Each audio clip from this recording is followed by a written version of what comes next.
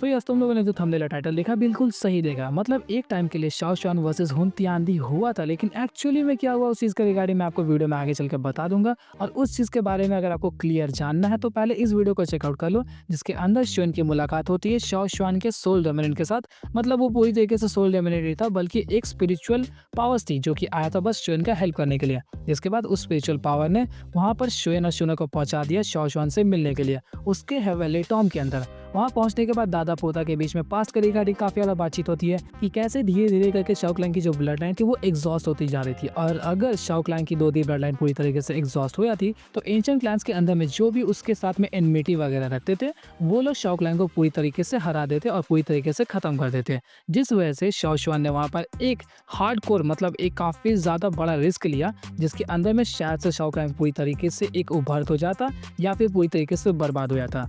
जो कि था पूरी की पूरी दो दी ब्लड लाइन पूरे क्लैन के अंदर जितने भी अवेलेबल है सबको इकट्ठा करके एक ह्यूमन के अंदर में ट्रांसफर करना, ताकि वो दो दी में ब्रेक थ्रू कर सके। और उस दौरान वो कल्टीवेटर कोई और नहीं था बल्कि था एक 9 स्टार दोशन शाओ शुआन।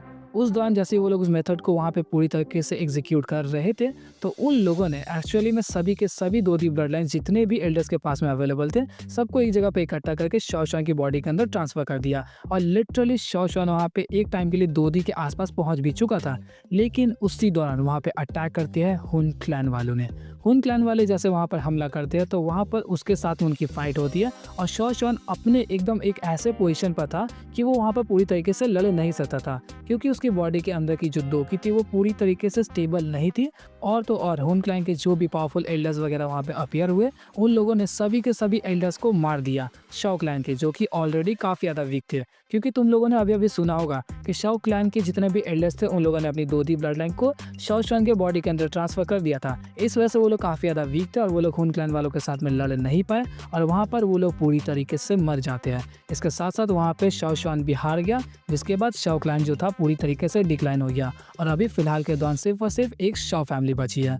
तो अब तुम लोग सोचोगे कि इसके अंदर में आखिर हुन तियानदी के साथ इसकी फाइट कब हुई। मैं बताता हूँ। एक्चुअली में मानवस के अंदर में ये जो सेम इवेंट है उसके अंदर में हुन तियानदी अपीयर होता है। सेम उसी मेथड को यहाँ पे इस्तेमाल किया गया, लेकिन यहाँ पे वो जो जगह था उसे चेंज कर दिया गया।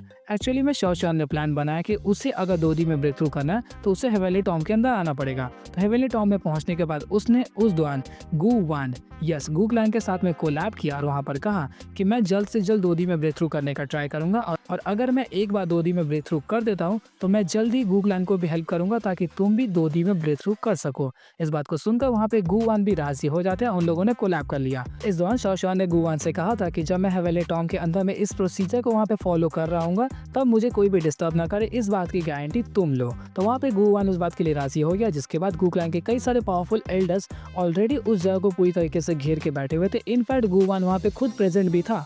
तभी वहाँ पर जैसे ही शाओ शुआन के बॉडी के अंदर में सभी के सभी ब्लड लाइन ट्रांसफर होना शुरू हो जाती है और जस्ट वो एक ऐसे पीक पर पहुंच चुका था जहाँ पर वो अपनी दोकी का इस्तेमाल बिल्कुल भी नहीं कर सकता। तभी अचानक से उस हेवेली टॉम के अंदर में एक पावरफुल कल्टीवेटर एंटर करता है। एक स्पेशल ड्रिफ्ट हुआ, स्पेशल ड्रिफ्ट के अंदर से एक हॉलो सेल्स का मेंबर एंटर करता है, जिसकी पावर्स इतनी ज़्यादा टेरिफाइंग थी कि वो शाओ शुआन को छोड़ के बाकी सभी लोगों को सप्रेस कर दे रही थी। इस दौरान तक शाओ क्लैन के जितने भी एल्डर्स थे जिसके पास में काफ़ी ज़्यादा पावर्स थी, उन सभी की जो भी दो दी ब्लड लाइन है वो पूरी तरीके से ट्रांसफर हो चुकी थी शाओ शुआन के अंदर और वहाँ पर जितनी भी उन सभी की पावर्स थी वो पूरी तरीके से कम हो चुकी थी। इसी दौरान हुन तियानदी ने सभी एल्डर्स को वहाँ पे एंटर करा दिया, जिसके बाद शाओ क्लैन के सभी एल्डर्स के साथ में उन लोगों की लड़ाई शुरू हो जाती है। शाओ क्लैन के सभी एल्डर्स के पास में पूरी पावर्स नहीं थी, बट स्टिल वो लोग अपनी पूरी जोर और शोर से वहाँ पे लड़ रहे थे, क्योंकि बस उनकी एक लास्ट होप बची थी जो कि कोई और नहीं था बल्कि शाओ शुआन था। और शाओ शुआन को अगर वो लोग बचा लेते और बाई चांस शाओ शुआन दो दी में ब्रेक थ्रू कर जाता उसके बाद शाओ क्लैन को कोई भी नहीं रोक सकता था।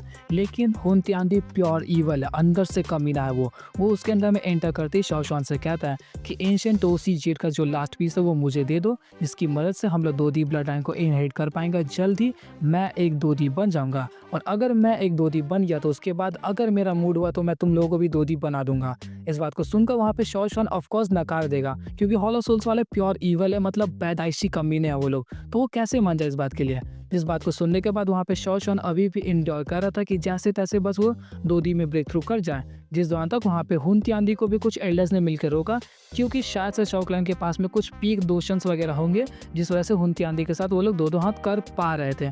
बट स्टिल हुन तियानदी इतना ज़्यादा पावरफुल था कि उनके सामने कोई नहीं टिक पाया।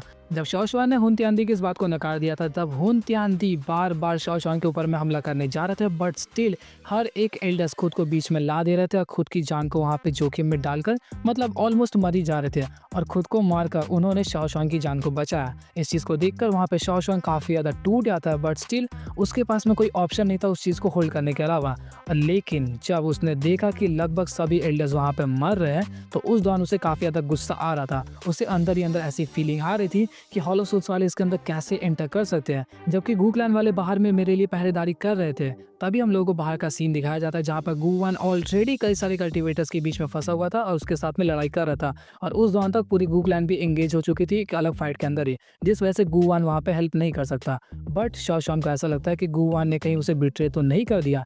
इस दौरान तक जब उसने देखा कि शाओ क्लैन की हालत बुरी तरीके से खराब हो चुकी है, तो उसने उस प्रोसीजर को वहीं पर रोक दिया। रोकने के बाद शाओ शुआन के पास में कोई ऑप्शन नहीं था और वो पहला कल्टीवेटर था पूरी बीटीटीएच के अंदर मोस्ट प्रोबेबली, जो कि हम लोग को नजर आता है कि ऑलमोस्ट दोदी में पहुंच चुका था, क्योंकि मानवस के अंदर का वो जो शाओ शुआन था उसे सब लोग दोदीप कह के पुकारे थे।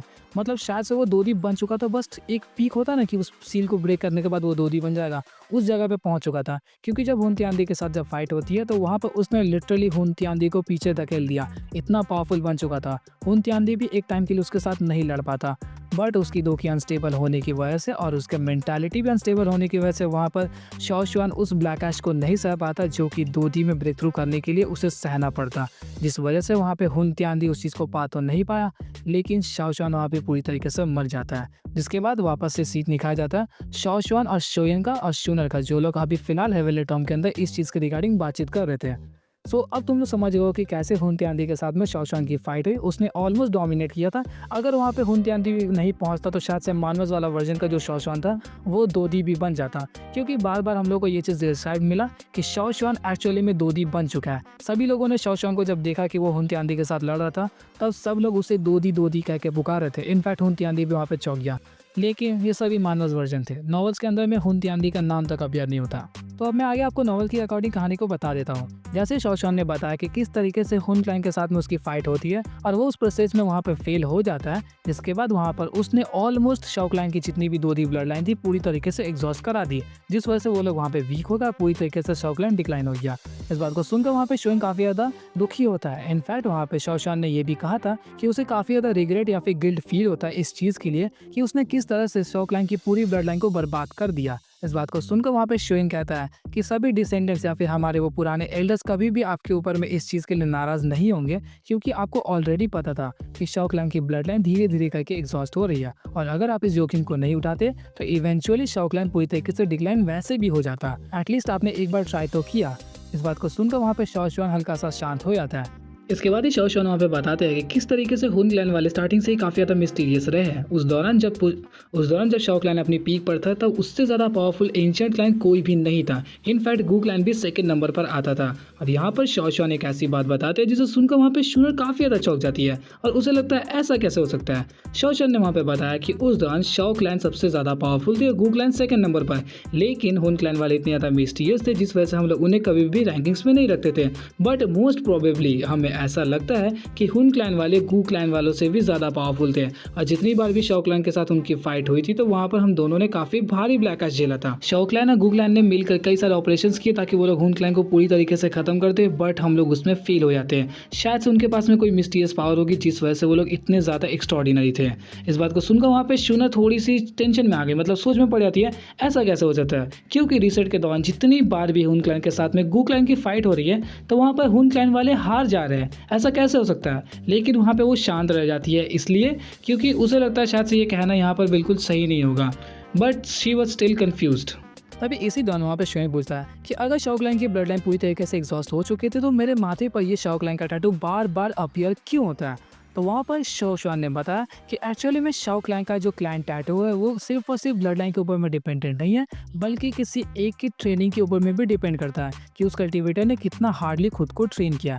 अगर वो बेटर वे में ट्रेन करता है तो उसकी क्लैन टैटू अपने आप अपीयर हो सकती है। और तो जिस स्काई फायर 3 मिस्टीरियस जिनको तुम इस्तेमाल करते हो उसे किसी और ने नहीं बल्कि मैंने ही क्रिएट किया था, जो कि किसी की इंटेंस और हार्ड ट्रेनिंग को काफ़ी अच्छी तरीके से इन्हेंस कर सकता है।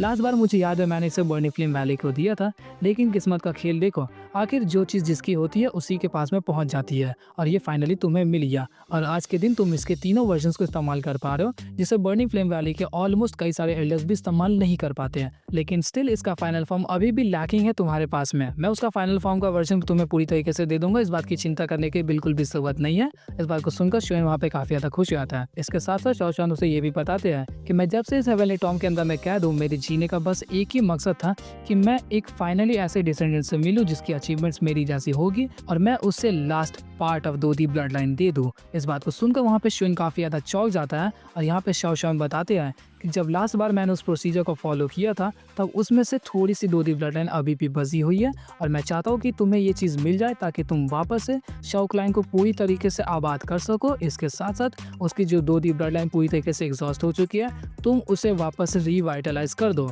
इस बात को सुनकर वहाँ पे शोएन काफ़ी ज़्यादा खुश हो जाता है कि उसे एक और उम्मीद की किरण नजर आ गई है कि वो किस तरीके से शाओ क्लैन को वापस से एंशिएंट क्लैंस की बराबरी में पहुंचा सकता है। जब शाओशान इन सभी बातों को कह रहे थे तब वो धीरे धीरे करके उस पूल की तरफ में बढ़ रहे थे जो कि उस हॉल के अंदर में था। जैसे ही वो उस पूल के अंदर में एंटर करना शुरू किए तो वो पूल का पानी का जो कलर था वो चेंज होने लगा। धीरे धीरे करके वो पूरी तरीके से लाल हो गया जब तक शाओशान उसके बीच में पहुंचे।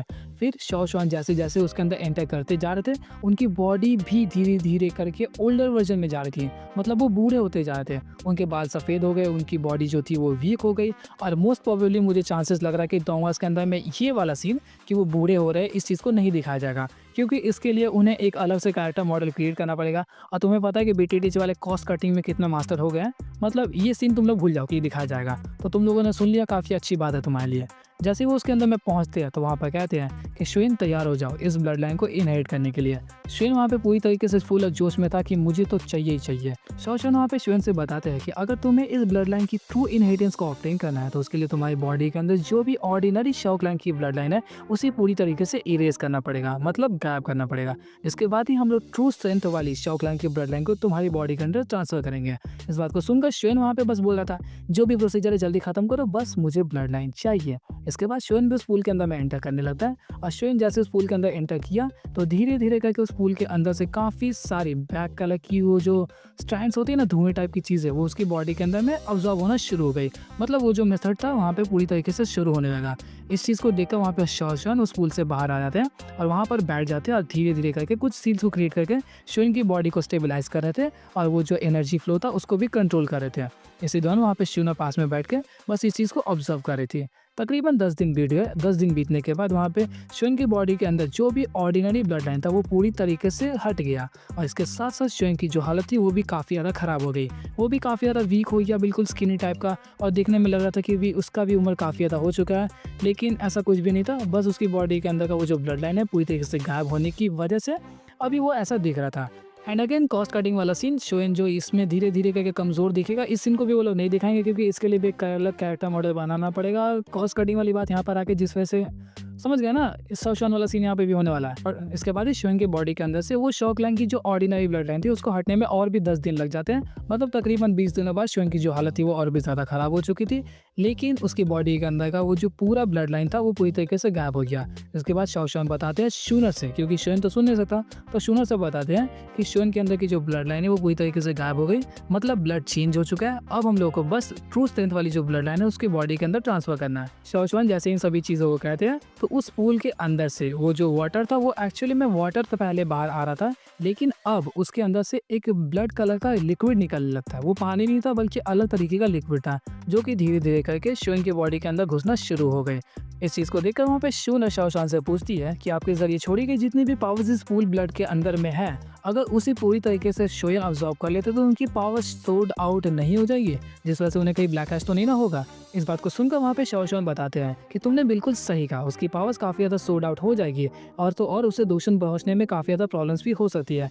लेकिन हम लोग शोएन को अच्छी तरीके से जानते हैं कि वो किस तरीके से एक रैशनल मेथड, मतलब एक सेफ मेथड को इस्तेमाल करता है किसी भी कल्टीवेशन में ब्रेक थ्रू करने के लिए, जिस वजह से तुम्हें चिंता करने की जरूरत नहीं है। शोएन आराम से दोशन में ब्रेक थ्रू कर जाएगा। शोएन का ये जो अब्जॉर्प्शन का प्रोसीजर था वो तकरीबन 1 महीने और उससे कुछ दिनों तक और भी कंटिन्यू होता रहता है। काफ़ी स्मूथली चल रहा था। शोएन का जो लुक था वो पूरी तरीके से वापस आ चुका था, लेकिन सडनली एक दिन उसकी बॉडी के अंदर से पर्पल लाइट वहाँ पर ग्लो करना शुरू हो जाती है और वो बाहर की तरफ में आकर उन सभी ब्लड स्ट्रैंड्स यानी कि वो जो ब्लड फ्लोइंग लिक्विड था उसको रोक देता है शोन की बॉडी के अंदर एंटर करने से। इस चीज़ को देखकर दोनों की हालत ख़राब हो गई, शूनर और शाओशुआन दोनों की। शूनर फर्स्ट टाइम में पहचान नहीं पाती कि आखिर ये क्या है, लेकिन शाओशुआन वहाँ पे बताते हैं ड्रैगन फीनिक्स ब्लड लाइन। तो मुझे पता है काफ़ी ज़्यादा क्यूरियस भरा मोमेंट है, आखिर यहाँ पे हो क्या रहा है इस बारे में आपको जानना है। अगर जानना है तो नेक्स्ट वीडियो के लिए आप लोग स्टे ट्यून्ड रहो, लाइक करो, देखते कितने ज़्यादा लाइक्स होते हैं। अगर 1000 पहुँच गए तो फिर जल्द से जल्द अपलोड भी हो जाएगा। तो मिलता है आपसे नेक्स्ट वीडियो में, तब तक के लिए गुड बाय।